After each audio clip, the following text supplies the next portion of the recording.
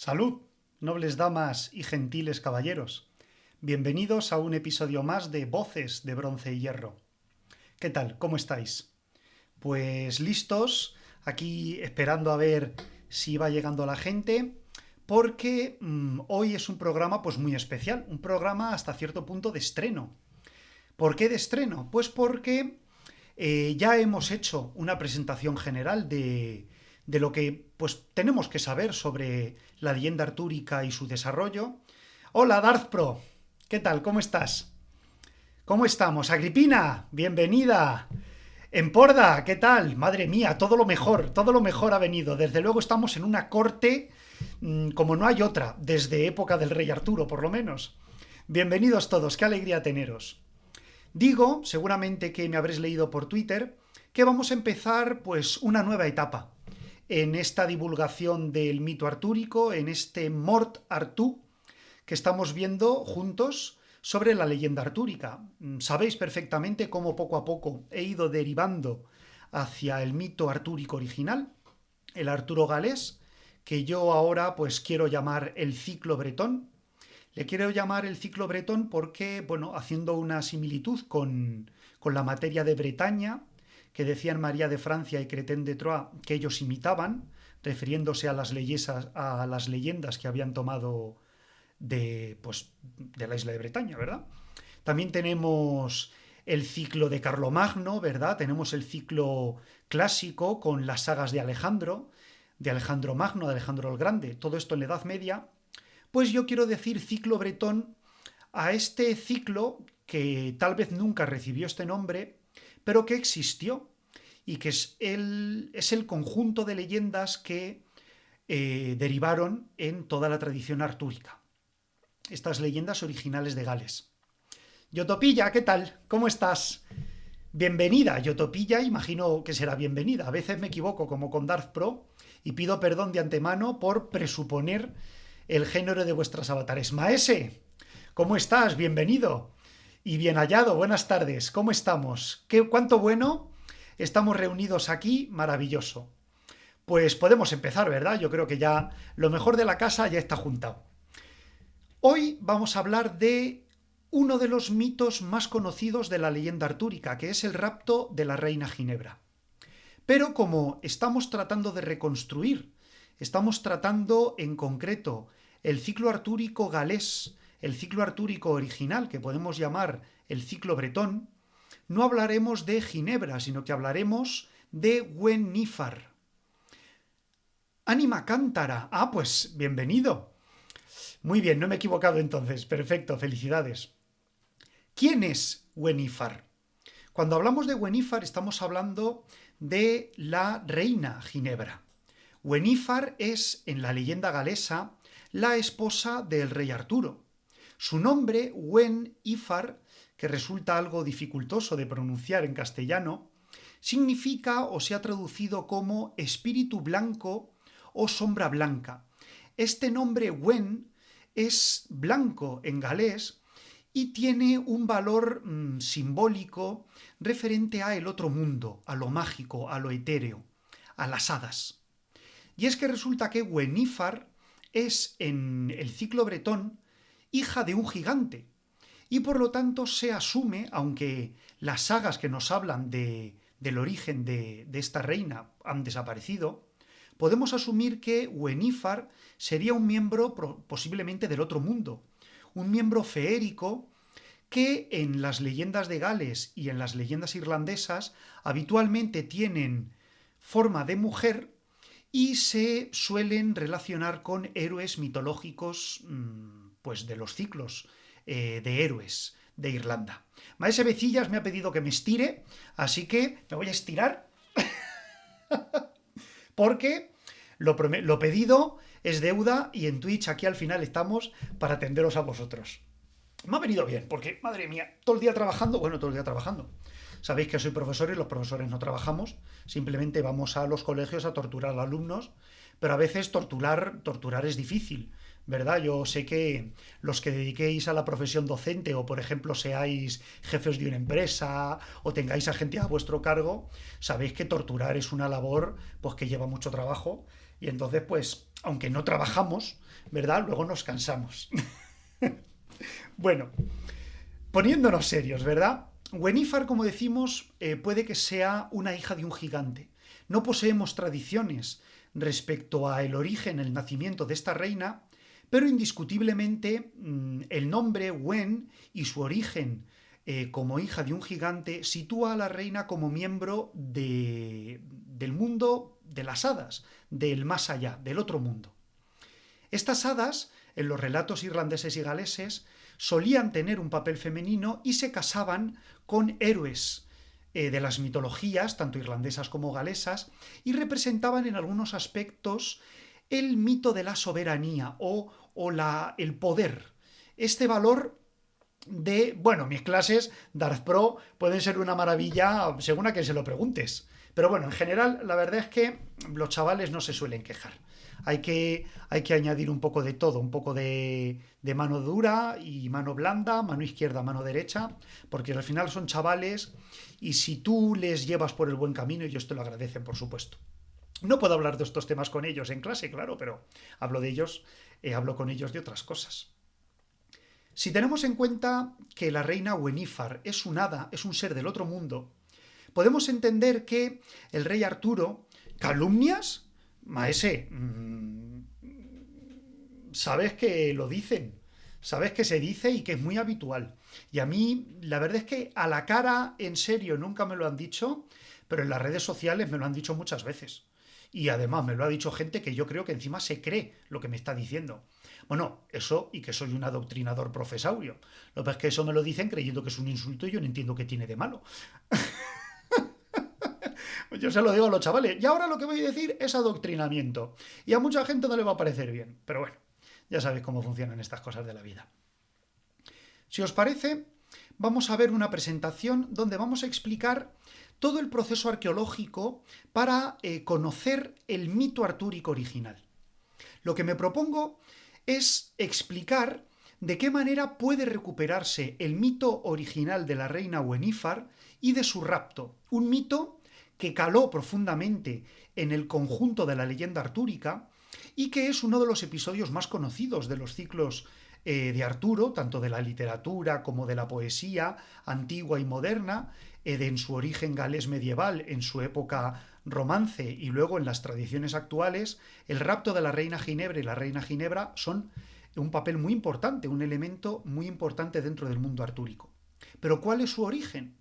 Cuando queremos reconstruir el ciclo bretón, tenemos que tener en cuenta que es muy difícil poder recuperar toda la tradición oral que existía en Bretaña y luego en Gales durante la Edad Media. Estos trazos, estas evidencias de la tradición oral original se perciben, se intuyen. La tradición oral subyace en todas las leyendas, en todo el ciclo del mito artúrico. Aquí y allá se pueden ver pequeñas pinceladas y estas pequeñas pinceladas se pueden asociar directamente con los breves textos o con los retazos de tradición escrita que recoge precisamente esa tradición oral que en muchos casos se ha esfumado y ya no tenemos manera posible de recuperar. Yo denomino arqueología literaria a este proceso de recuperar los trazos de información que pueden rescatarse y, como si fuera una vasija rota, ¿verdad?, tratamos de darle forma con los pedazos que tenemos, intentamos rellenar los huecos de lo que nos falta y de esta manera tratamos de sacar una figura general de cuál sería este mito. Algunos mitos del ciclo bretón son fáciles de reconstruir, otros son más difíciles, pero en mayor o menor medida todos han dejado una huella. Y entonces esta arqueología literaria puede realizarse y puede conocerse hasta cierto punto cuál fue el núcleo de las leyendas originales de Arturo y por lo tanto reconstruir el ciclo bretón. Para realizar esta tarea nos iniciamos con el rapto de la reina Gwenifar, este tema tan popular dentro de la mitología artúrica, del que por tanto existen tantos textos a los que se puede acudir y que nos permite de una manera bastante razonable reconstruir el relato original. Si os parece, vamos con la presentación de diapositivas y vamos explicando qué sabemos sobre los mitos de la reina Ginebra, de la reina Gwenifar, qué datos nos ofrecen, y luego vamos a acabar con un elemento muy interesante que es un intento de reconstrucción del mito original. ¿Qué se nos queda? ¿Qué podemos saber de ese mito que luego influyó tanto en tiempos futuros, en la Edad Media y en nuestra época actual? Pues vamos con ello.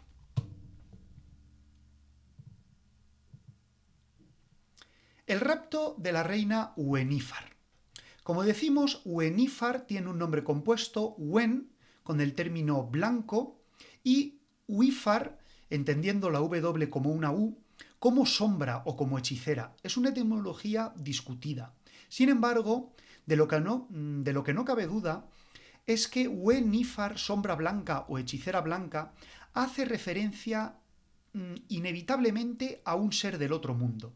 Este término Gwen es muy común en la literatura galesa en nombres compuestos que hacen referencia a objetos, a personas que vienen del más allá. ¿Por qué Gwenifar es un ser del otro mundo? Bueno, Gwenifar en la tradición galesa es hija de un gigante.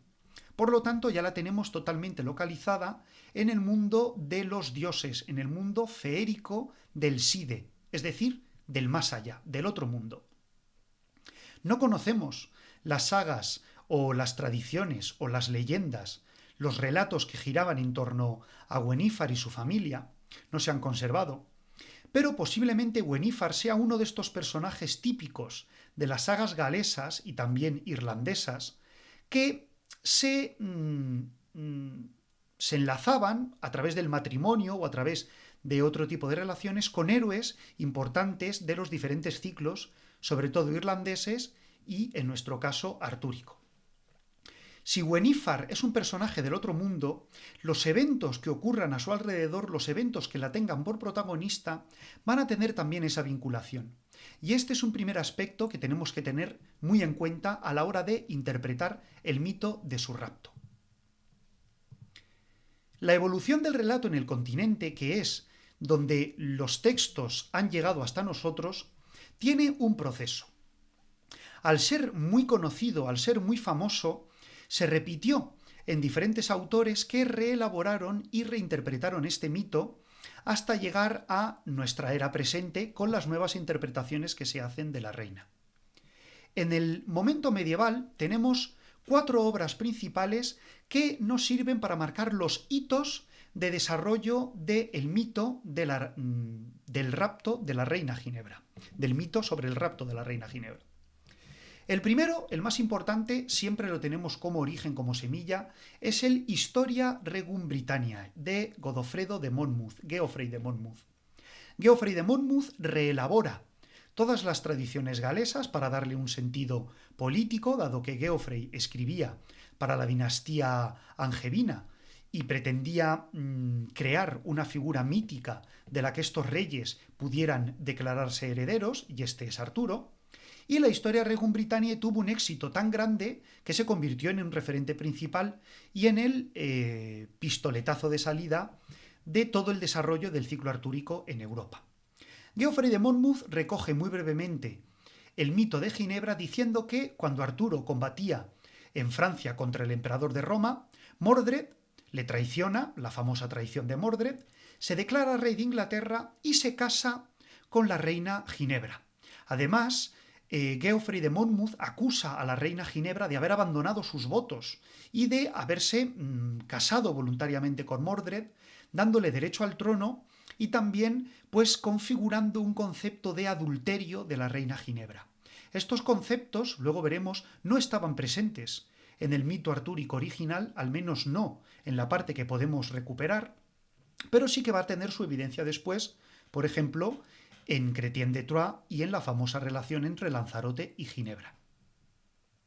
Precisamente, la segunda obra que reelabora este mito y que ya va a calar en la conciencia colectiva o en la mentalidad colectiva de los literatos europeos medievales va a ser la obra de Chrétien de Troyes, El caballero de la carreta, escrita en torno a 1181. El caballero de la carreta recoge el mito del rapto de Ginebra como todos lo conocemos. Ginebra es raptada por un malvado caballero, Meleagante o Meleagant, Este caballero lo lleva a un territorio que es el reino de Gorre y Lanzarote rescata a la reina Ginebra. Surge el amor entre Lanzarote y la reina y más adelante sabremos que ese amor adúltero acabará significando el final, la caída del rey Arturo en la famosa batalla de Salisbury. Precisamente el ciclo de la Vulgata es el principal responsable en hacer popular la historia del Caballero de la Carreta, ya que los autores anónimos de la Vulgata, que escribieron pues una o dos generaciones después de Chrétien de Troyes, figuraron la leyenda escrita por Chrétien tal cual en la Vulgata. Apenas hay diferencias entre lo recogido en la Vulgata y lo descrito por Chrétien de Troyes en su romance El Caballero de la Carreta. Este concepto que queda recogido en la Vulgata va a ser elaborado por diferentes autores cuando Ginebra y Lanzarote se conviertan en los dos grandes amantes, en el ejemplo del amor prohibido o del amor imposible en la literatura medieval. Y mucho tiempo después, 2 siglos después, Thomas Malory recoge en su Muerte de Arturo de nuevo el mito de Ginebra. Entre el siglo XIV y XV, las novelas de caballerías habían comenzado a sustituir a las leyendas del ciclo artúrico. El ciclo bretón, el ciclo artúrico, la materia de Bretaña, había dejado de tener sentido y había comenzado a ser sustituida por aventuras de caballeros individuales en las famosas novelas de caballerías. Thomas Malory tiene el mérito de ser el canto de cisne del ciclo artúrico. Thomas Malory recompone todo el ciclo de la Vulgata para un público de su época, reinterpreta muchos de los arcos argumentales originales del mito artúrico y con Thomas Malory podemos declarar el punto final del ciclo artúrico. ¿Por qué? Porque luego este mito artúrico queda en segundo lugar, relegado, y es en la época victoriana cuando es recuperado con mucha fuerza y precisamente en una época como en la era victoriana, Ginebra y Lanzarote y su amor prohibido se convierten en un símbolo muy potente, sobre todo porque el autor que más fuertemente va a recuperar esta leyenda artúrica es Tennyson, y Tennyson recoge con mucho dramatismo este amor prohibido entre Lanzarote y Ginebra, y así es como ha quedado hasta nosotros. Pero, con toda esta tradición, que probablemente todos conozcáis porque es muy conocida, tenemos que decir que los parecidos con el ciclo bretón y el mito original de la reina Gwenifar son muy tenues y probablemente lo que vayamos a descubrir a continuación os sorprenda. ¿Cuáles son las fuentes galesas del relato? Las fuentes galesas son las fuentes más fiables porque geográficamente y temporalmente están cerca del momento original del ciclo bretón y si no lo están, desde luego sí que beben del mismo elemento cultural y por lo tanto la desviación en el tema que presentan es mucho mejor que cualquier fuente literaria que podamos encontrar en el continente. Al igual que hay muchas obras, romances que encontramos en el continente sobre este ciclo, en Gales también encontramos varias obras. Y además son obras muy importantes para la reconstrucción de este episodio del rapto de la reina Gwenifar. Curiosamente, ahora no me ha dado maese vecillas, pero me he estirado igual porque me duelen los riñones, está cambiando el tiempo y uno ya está mayor. Perdonadme por la pequeña digresión. Digo que, curiosamente, aunque las obras galesas son las más cercanas tradicional y culturalmente al mito que queremos recoger, hay una obra en el continente que también es muy válida, es la obra de Chrétien de Troyes. María de Francia y Chrétien de Troyes son los creadores de la materia de Bretaña, o por lo menos son los que le dan forma en forma de romance a esta materia de Bretaña, decir creadores no, porque la materia de Bretaña existía, ellos la utilizaron para crear el romance, y precisamente al utilizar fuentes de primera y segunda mano de esta materia de Bretaña, de estas leyendas galesas, curiosamente la obra de Chrétien de Troyes también es muy útil y es muy fiable a la hora de reconstruir muchos de los mitos artúricos. Dejando aparte la obra de Chrétien, tenemos 3 obras principales dentro de la tradición galesa que recogen el episodio del rapto de la reina Gwenifar. Se trata de la vida de San Gildas, escrita cerca de 1130 por Caradog de Llancarfán. Bueno, es difícil de pronunciar. Caradog de Llancarfán, ahí está. La obra de Vida de San Gildas de Caradog de Llancarfán, madre mía. Vamos a decir Caradog solo, ¿vale? Madre mía. Es difícil, ¿eh? Yo entiendo, a mí me resulta difícil, porque incluso a veces las normas de pronunciación de los términos galeses son complicadas, porque las dan respecto al inglés, y entonces, claro, si tampoco tienes muy claro cuáles son las normas de pronunciación inglesas, se hace difícil. La vida de San Gildas, de Caradog, escrita cerca de 1130, el galés tiene lo suyo, es muy difícil, efectivamente. Esta obra es una hagiografía sobre San Gildas, uno de los santos más importantes de Gales, y recoge varios mitos de Arturo, casi en su pura esencia, pero reinterpretados para introducirlos dentro de la biografía de San Gildas. Por lo tanto, el relato que cuenta Caradog sobre la reina Gwenifar en esta vida de San Gildas tiene una base muy importante de realidad en cuanto a que es la tradición original de este rapto de la reina. Además, a lo mejor del siglo X o más tarde, dado que se encuentra en un libro muy posterior, pero la ortografía y la gramática utilizada se pueden retrotraer al siglo X u XI de nuestra era, tenemos un poema anónimo que se titula Diálogo de Melwas y Gwenifar.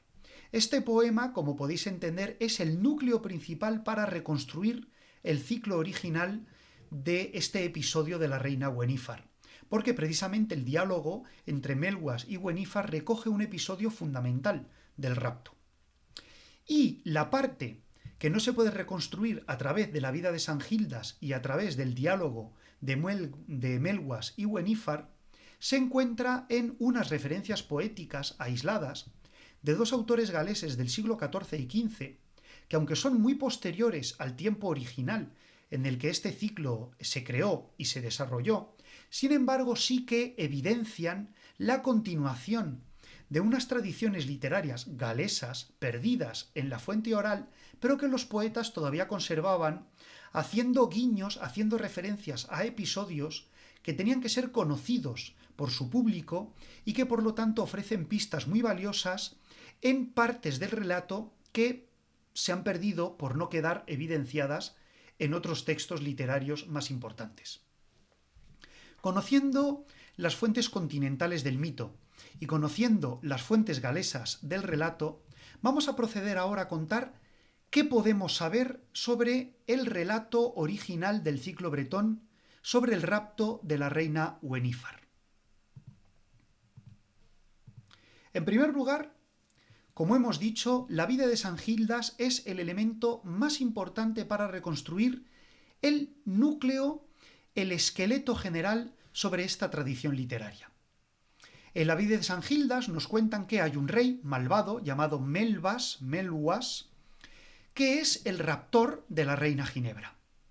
Nos cuenta Caradog que este Melwas raptó a la reina y la violó, y que para huir de la venganza del rey Arturo, fue a su país, Somerset, y se escondió en su fortaleza, capital de su reino, la ciudad del cristal, Glastonbury. Nos dice que Arturo estuvo buscando a la reina durante un año y cuando supo dónde se encontraba, reclutó un gran ejército de las regiones del sur de Bretaña y fue a sitiar la fortaleza. La batalla habría sido inminente y habría resultado en un gran desastre, pero en este momento aparecen San Gildas y los monjes de la abadía de Glastonbury, que se ponen entre medias de los dos ejércitos y consiguen que Melwas devuelva a la reina Gwenifar al rey Arturo. Arturo y Melwas, satisfechos por haber resuelto el conflicto pacíficamente, van a ceder numerosas tierras a San Gildas y a Glastonbury, y esto explicaría por qué Glastonbury, en el momento en que Caradog escribe este relato, pretende reclamar unos territorios y pretende reclamar un poder en el sur de Inglaterra. Encontramos que el mito de Ginebra, contado por Caradog, es un mito perfectamente reconocible como céltico, en el que San Gildas y los monjes de Glastonbury aparecen al final y son un deus ex machina que sirven para solucionar la situación, pero que si los quitamos del relato no supone ningún problema, el relato no cambia en absoluto, y por lo tanto podemos concluir que esta vida de San Gildas, este episodio de la vida de San Gildas, es un elemento importante que nos muestra el núcleo principal del episodio del rapto de Ginebra. Un rey, Melwas, de Somerset, con ciudad en Glastonbury, la rapta, Arturo la quiere recuperar después de buscarla durante un tiempo y finalmente Arturo consigue a la reina Ginebra. Sin embargo, hay algunos elementos de este relato que nos quedan en duda. Por ejemplo, esto de que era rey de Somerset y tenía una fortaleza en Glastonbury que se llamaba la Ciudad del Cristal, ya nos despierta algunas dudas sobre las etimologías de los reinos de este Melwas. Además, ¿cómo rapta Melwas a Ginebra? ¿Y cuánto tarda Arturo en encontrar a la reina? ¿Y cómo la encuentra? Pues esto son preguntas que nos surgen al leer el relato de Caradoc, pero algunas de ellas no tienen respuesta. Otras veremos que sí, y además respuestas que son muy interesantes para la reconstrucción general del mito. Ya hemos dicho que Chrétien de Troyes, pese a ser un autor continental, sí que recoge de primera mano muchas de las tradiciones de la materia de Bretaña y por lo tanto estudiar, analizar cómo nos relata Chrétien de Troyes el rapto de la reina Ginebra es un elemento muy importante para matizar lo que conocemos sobre el relato que nos cuenta Caradoc en la vida de San Gildas. En el caso de Chrétien de Troyes, el raptor es un caballero, Meleagante, que acude a la corte de Arturo y reclama que un caballero lo suficientemente valeroso sea el defensor de Ginebra, vaya al bosque y se enfrente con él. Como prenda o a cambio de este enfrentamiento, Meleagante dice que él en su reino, que es el reino de Gorre, tiene a muchos caballeros y damas de la corte de Arturo y que no los liberará a menos que esta petición tenga lugar. El caballero que se convierte en defensor de la reina es Cai, el copero de Arturo, el senescal de Arturo, un personaje muy importante en el ciclo romance y también en la mitología galesa original, pero cuando Cai se enfrenta a Meleagante es derrotado de manera humillante y Meleagante, raptando a la reina, escapa hasta su reino. Dos caballeros se van a lanzar en pos de la reina: Gobén, Galván y Lanzarote. Estos dos caballeros van a realizar una búsqueda de la reina, una búsqueda que dura varios días, y van a descubrir que Meleagante está en el reino de Gorre, que sus informadores le dicen que es el país sin retorno, allí donde cuando un caballero llega ya no puede regresar, y que además a este país solo puede accederse con el permiso expreso del padre de Meleagante, que es el rey Baudemagus. Esta búsqueda tarda varios días, pero finalmente Lanzarote y Gobén llegan a los límites del reino de Gorre. Estos límites son un río mágico en el cual hay dos puentes misteriosos, con extraños poderes. Uno de ellos es una espada puesta de filo y otro de ellos es un puente subacuático. Gobén falla al intentar entrar en el reino de Gorre, pero Lanzarote, el mejor caballero del mundo, lo consigue. Lanzarote es engañado por Meleagante, que le tiene atrapado en varias cortes, de manera que a Lanzarote se le da por muerto, pero finalmente Lanzarote consigue escapar, consigue derrotar a Meleagante y le da muerte. Con ello libera a Cai, a Ginebra y a todos los demás caballeros atrapados en el reino de Gorre, y finalmente la reina Ginebra y todos estos caballeros regresan a la corte de Arturo. Hay una conexión entre el relato de Caradoc en la vida de San Gildas y el relato del caballero de la carreta. Por increíble que nos parezca, el primer elemento en común es el nombre del captor de la reina. Melwas y Meleagante poseen la misma raíz. Y es que resulta que Chrétien de Troyes, en otro libro, que es Eregienide, recoge una lista de personajes que está directamente sacada de la tradición galesa, y en esa lista de personajes aparece Meleagante con un nombre anterior a este nombre final que le da Chrétien. Este nombre es Mageloas. Y Mageloas y Meluas ya tienen una raíz común.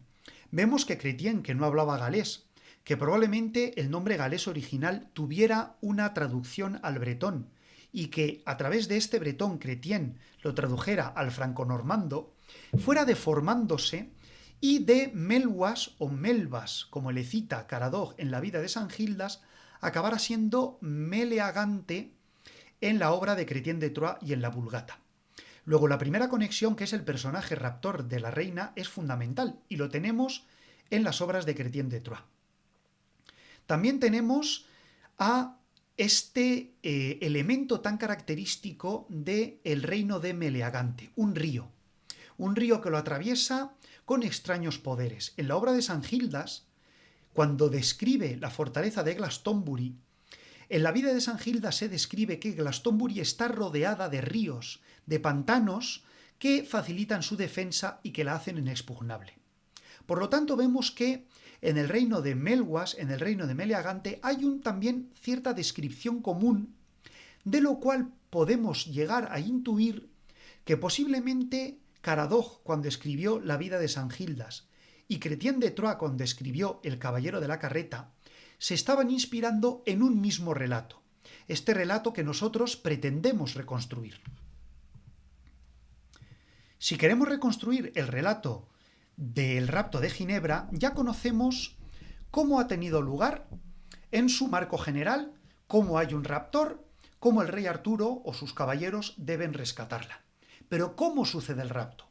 Pues afortunadamente en el poema de El diálogo entre Melwas y Gwenifar encontramos el elemento original, el momento en el que Melwas rapta a la reina Gwenifar. Melwas, en este diálogo, por supuesto, es el raptor. Un elemento muy importante que conecta con el caballero de la carreta es que el episodio ocurre dentro de la corte de Arturo, puesto que Melwas aparece in media res. El poema de Melwas y Gwenifar es un poema que tenemos solo una parte, es un poema fragmentario, y entonces el poema comienza in media res con Melwas y Gwenifar en un banquete. Gwenifar está sirviendo a los invitados y ve a un personaje, que es este Melwas, al que no reconoce y comienza a burlarse de él. Muy curioso, le llama bajito, le dice cobarde, y Melwas intenta defender su postura, defender su valor guerrero, y finalmente Gwenifar hace una referencia y parece que al final del poema está a punto de terminar cuando Kai y Melwas están a punto de enfrentarse. Es muy probable que Kai fuera derrotado, porque aunque el poema de Melwas y Gwenifar se termina de pronto, y de hecho solo nos queda la duda de si el personaje al que Gwenifar habla es Kai y el personaje que se va a enfrentar con Melwas es Kai, luego tenemos otras referencias de poetas posteriores que hablan muy precisamente de cómo Melwas estaba enamorado de la reina Gwenifar. Cómo al estar enamorado de la reina Gwenifar entra en la corte de Arturo sin ser invitado porque se cuela por una ventana, y que estando en la corte de Arturo pretendiendo o halagando a Gwenifar, se enfrenta con Kai, le vence milagrosamente y raptando a la reina escapa de la corte y consigue escaparse gracias a sus poderes mágicos. Es en los poemas relacionados con el rapto de la reina Gwenifar donde encontramos la primera referencia a quién es Melwas. Para Chrétien de Troyes, Melwas es un caballero, pero es que todos los personajes de Chrétien son caballeros. Chrétien está reconvirtiendo las tradiciones galesas en una tradición cortesana, de la que él es creador. Pero muchos de los caballeros de Chrétien no son tal en la tradición original. En la tradición galesa queda clarísimo, no cabe duda. Gwenifar se burla de Melwas porque es pequeñito, se burla de él porque no es un guerrero. Y luego otros poetas galeses hablan de Melwas como un brujo que encanta a Ginebra, que se esconde a través de la magia y del engaño, y por lo tanto podemos concluir que Melwas es un personaje que posee poderes sobrenaturales. Si además de estos poderes sobrenaturales de Melwas interpretamos el significado de su reino, que coincide tanto en referencias de los poetas galeses, como en la referencia de Glastonbury por parte de Caradoc, como en la referencia de Gorre o El país sin retorno por parte de Chrétien, podemos descubrir un elemento muy importante. Melwas vive en un reino que está en el fin del mundo, en un reino del que no se puede volver, en un reino que está rodeado de agua, en un reino cuya propia etimología del nombre tiene que ver con el cristal. Estamos ante un personaje que vive en el otro mundo, que es un mago. Por lo tanto, estamos ante un personaje que es un hada, un ser feérico del más allá, como lo es Gwenifar, y que tiene capacidad y presencia suficiente como para llevar a cabo una acción que es impensable, que es entrar en la corte de Arturo, donde están los mejores guerreros de Bretaña, y salirse con la suya. ¿Podemos reconstruir entonces el episodio del rapto de Ginebra a través de los puntos en común? Pues sí, podemos. Si comparamos, confrontamos la vida de Sangildas, el diálogo de Melwas y Gwenifar y sus continuaciones o sus referencias poéticas aledañas, y el Caballero de la Carreta, tenemos una serie de hitos en este ciclo mitológico. Primero, Melwas rapta a la reina en la corte de Arturo. Él no está invitado a una ceremonia que se celebra, pero consigue colarse gracias a sus poderes mágicos. Presumiblemente escala una ventana, que es una referencia que da uno de los poemas galeses, y colándose por esta ventana asiste al banquete, a la ceremonia. Tiene lugar un enfrentamiento entre Melwas y un personaje de la corte artúrica, que puede ser Kai, y huye hacia su reino con Gwenifar prisionera. Este reino es el más allá. Caradoc dice que el reino es Somerset, pero Caradoc está intentando ubicar en un lugar real el nombre del reino de Melwas. Y Somerset, aunque efectivamente es el nombre de una región inglesa, en su traducción significa país del verano. Y ese es el nombre que Caradoc lee en el poema o en la tradición oral que él está utilizando para escribir la vida de Sangildas. Por lo tanto, Melwas reside en el país del verano. Además, Caradoc dice que Melwas habita Glastonbury, la ciudad del cristal. Si vamos al nombre que Chrétien de Troyes le da al reino de Melwas, Chrétien dice que es Gorre. Gorre es una corrupción de boire, que en francés significa cristal. Si a estos dos factores los unimos, tenemos a un rey de un país del verano que tiene como capital un castillo que está hecho de cristal.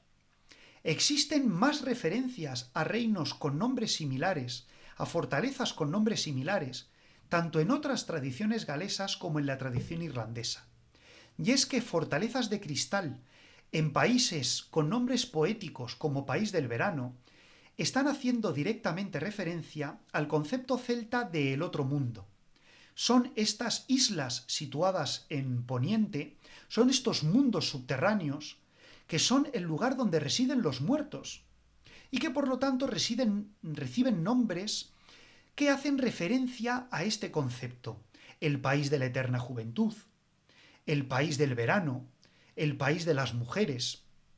Y además las fortalezas de cristal o de oro hacen referencia a este aspecto fantástico del mundo del más allá. No caben dudas entonces de qué tipo de personaje es este Melwas. Dado que está tan lejos o en un lugar de tan difícil acceso, Arturo y sus guerreros, representados en Sangildas como las huestes reclutadas por Arturo, o representados en Chrétien como los caballeros, Lanzarote y Gawain, Arturo va a tardar un tiempo en encontrar a la reina. Posiblemente haya algunos episodios mágicos que no podemos encontrar, que no existen en los relatos escritos que podemos recuperar. Y a través de estos sucesos mágicos, posiblemente hablando con personajes destacados, tal vez un hada, tal vez un druida, tal vez un sabio, o incluso con animales mitológicos que tienen conocimientos sobrenaturales, Arturo acabe descubriendo el paradero de Gwenifar. Y entonces, de una manera o de otra, tal vez viajando al otro mundo a caballo o en barco, Arturo y sus huestes pongan asedio a la fortaleza de Melwas. La reina es devuelta en todos los casos. Sabemos que Arturo y sus guerreros vuelven con la reina. Y si comparamos estos relatos con otros relatos que conocemos de asedios a fortalezas encantadas o enfrentamientos con seres del otro mundo, es muy posible que Melwas fuera muerto de mano del propio Arturo o de otro personaje de su corte, y que esta muerte tuviera lugar de la manera en la que los héroes y los personajes son muertos por antonomasia en la literatura céltica, que es por decapitación. Podemos ver entonces cómo, comparando todas las evidencias que encontramos respecto a los episodios del rapto de la reina que podemos encontrar escritos, hay una serie de datos en común que permiten reconstruir el puzzle sobre el episodio de la reina Gwenifar.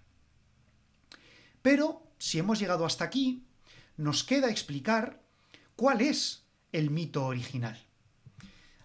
Hemos hablado de muchos aspectos principales, de las piezas generales que nos permiten reconstruir este mito, y entonces podemos decir con algunas licencias o tomando ejemplos de otras fuentes, podemos dar un aspecto terminado de cuál sería el mito del ciclo bretón.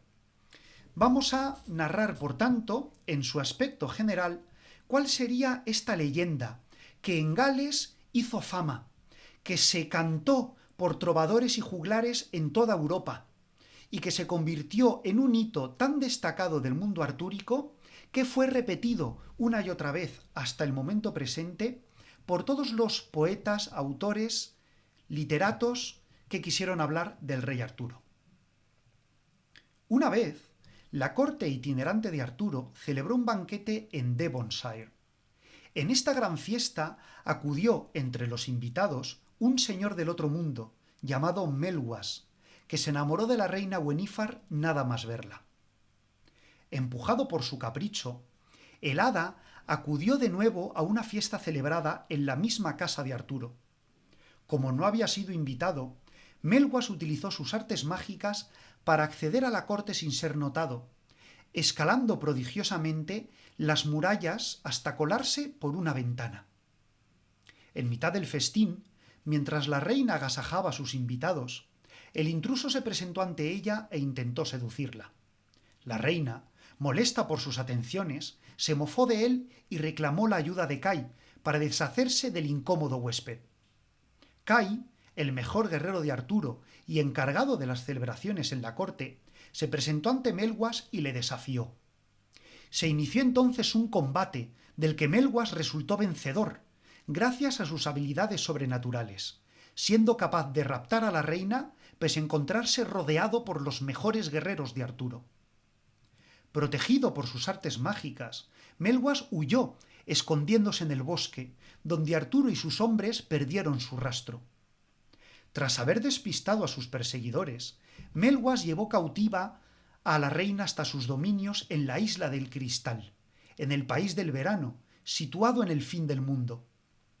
Pero no estuvieron a salvo mucho tiempo. Arturo y sus guerreros, después de remover cielo y tierra para dar con la reina, pudieron llegar hasta el reino de Melwas y pusieron sitio a su fortaleza. Finalmente, después de varias proezas llevadas a cabo por Arturo y sus guerreros, consiguieron dar muerte a Melwas y liberaron a Gwenifar, retornando victoriosos a la isla de Bretaña. ¿Qué os parece?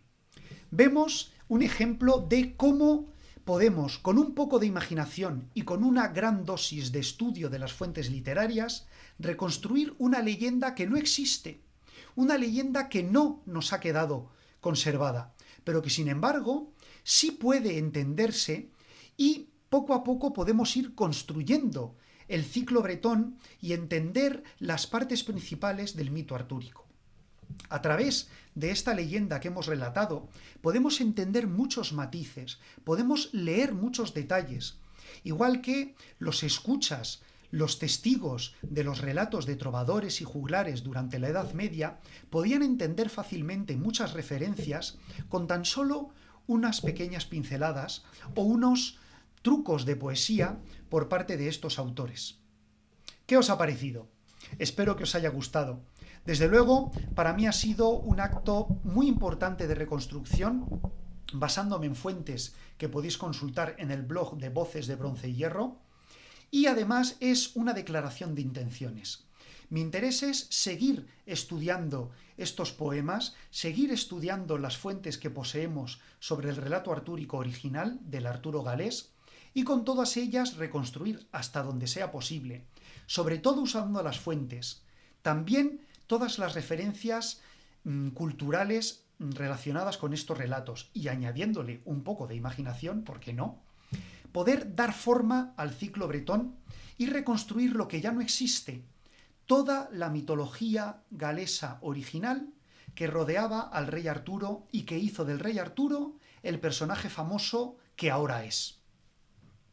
¿Os ha gustado el relato? ¿Os ha gustado la reconstrucción?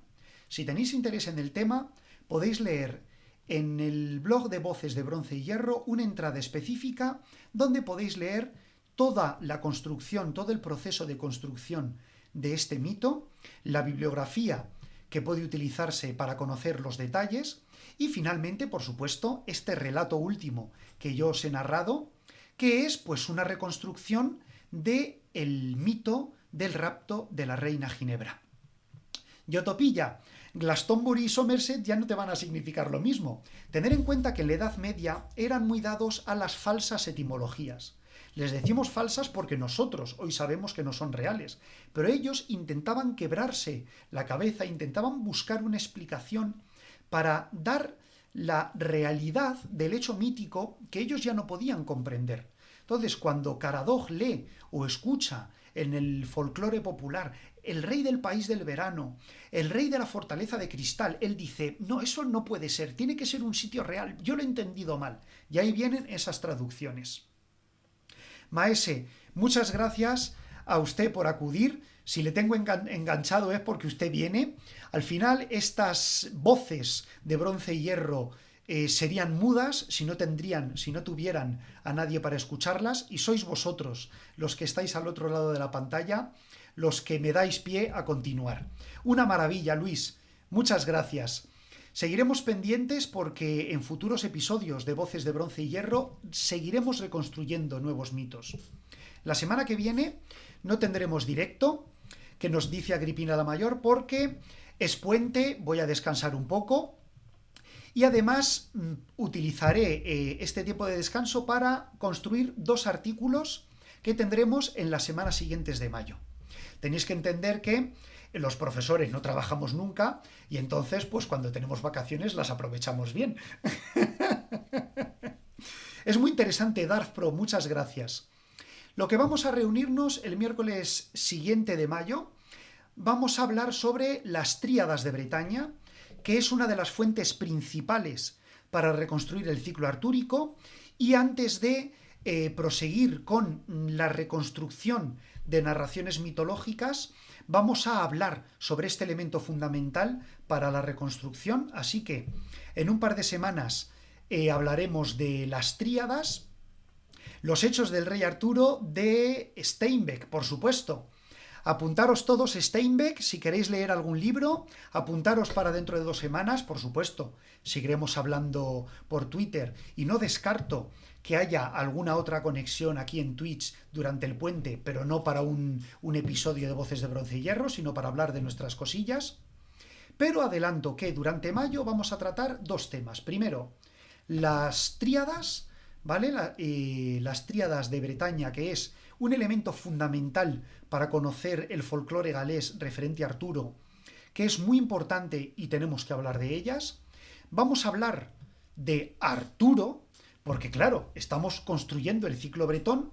Hemos empezado con el rapto de la reina Ginebra porque es una declaración de intenciones de cómo voy a trabajar en este aspecto. Podéis leer la entrada de El rapto de la reina Gwenifar en Voces de Bronce y Hierro.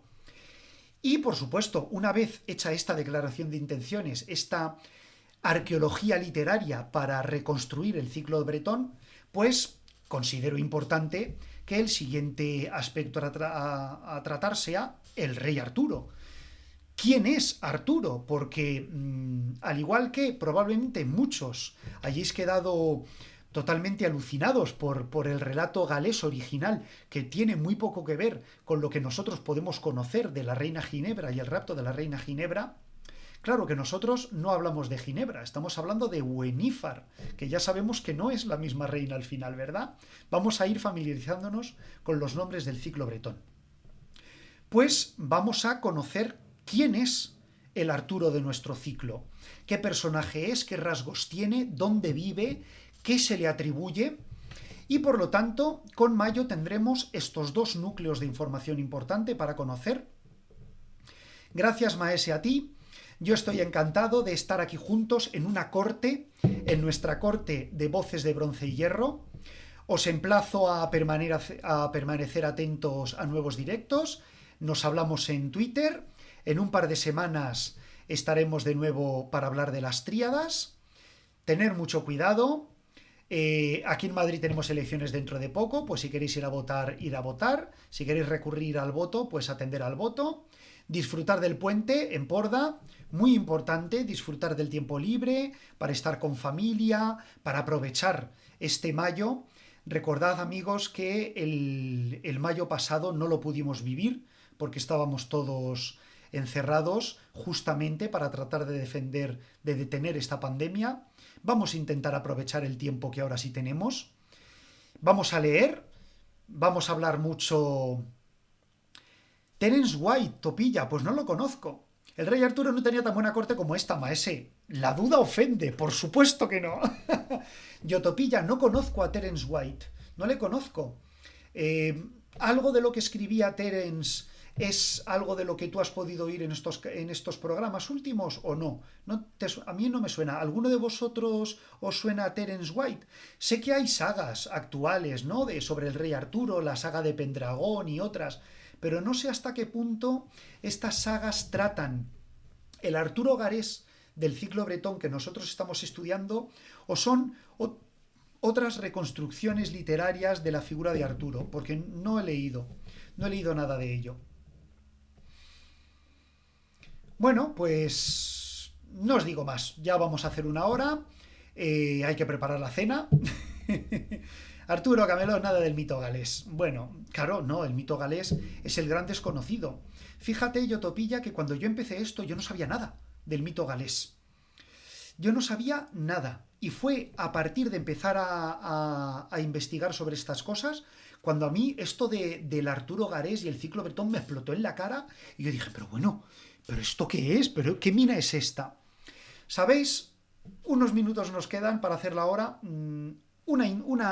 Ahora que estamos aquí en nuestra corte, que es la mejor corte que ha habido, una cosa personal. A mí lo que siempre me ha llamado la atención del mundo primitivo o del mundo prerromano, el motivo por el que yo empecé Voces de Bronce y Hierro, el motivo por el que yo empecé a interesarme por el mundo ibero, con la Iberia vieja, es que de Roma, de Grecia, conocemos todos sus mitos, todas sus leyendas. Conocemos hasta las nimiedades más interesantes de Aquiles, de los dioses griegos, de todos los grandes personajes de la mitología griega. Y está muy bien. Pero cuando llegamos a el ciclo celta, galo, irlandés, a los vestigios que quedan de las sagas escandinavas, de leyendas populares tradicionales en Francia y en Europa y en España, es lo que yo le llamo esas voces de bronce y hierro que han desaparecido. Intento investigar todo el mundo de la religión precisamente porque considero que a partir de estos relatos mitológicos recogidos en cerámica, en textos de autores clásicos, recuperamos esas leyendas que debieron ser tan apasionantes, tan llenas de detalles y de valores, como las leyendas griegas que también conocemos, pero que se han perdido, están mudas. Cuando descubrí el Arturo Galés, vi una oportunidad única para tener datos suficientes y conocimiento relacionado suficiente como para poder tirar del hilo y sacar toda una mitología que en su época fue real. Fueron todas estas sagas orales a las que hacemos referencia, que causó tanto impacto que de ser un elemento del folclore de una isla en Bretaña pasó a ser un elemento de la épica y de la mentalidad incluso actual, fundamental, que es Arturo, que es el Grial, ¿verdad? Y que sin embargo, con el tiempo, muy bien, Maese, es efectivamente lo que Maese ha entendido. Esos ecos yo los quiero convertir en voces. Con esta reconstrucción del ciclo artúrico, con este ejemplo del episodio de la reina Gwenifar que yo os he narrado, quiero hacer algo que para mí es importante, que es dar voz a los pueblos que la han perdido, crear, reconstruir esos mitos que ya no podemos leer. Maese, como Maese que es, nos ha dado un ejemplo al decirnos que conforme más atrás vamos, todo se vuelve más borroso. Que los ecos que hoy escuchamos un día fueron gritos, que el mundo celta es intrigante y apasionante, que lo es el mundo artúrico y que juntos en esta corte de voces de bronce y hierro lo vamos a recuperar, hasta donde las fuentes nos lo permiten, siempre atendiendo a los datos históricos, siempre atendiendo a la fidelidad de las fuentes. Muchas gracias por haber venido hasta aquí. Nos veremos pronto en Voces de Bronce y Hierro. Adiós a todos.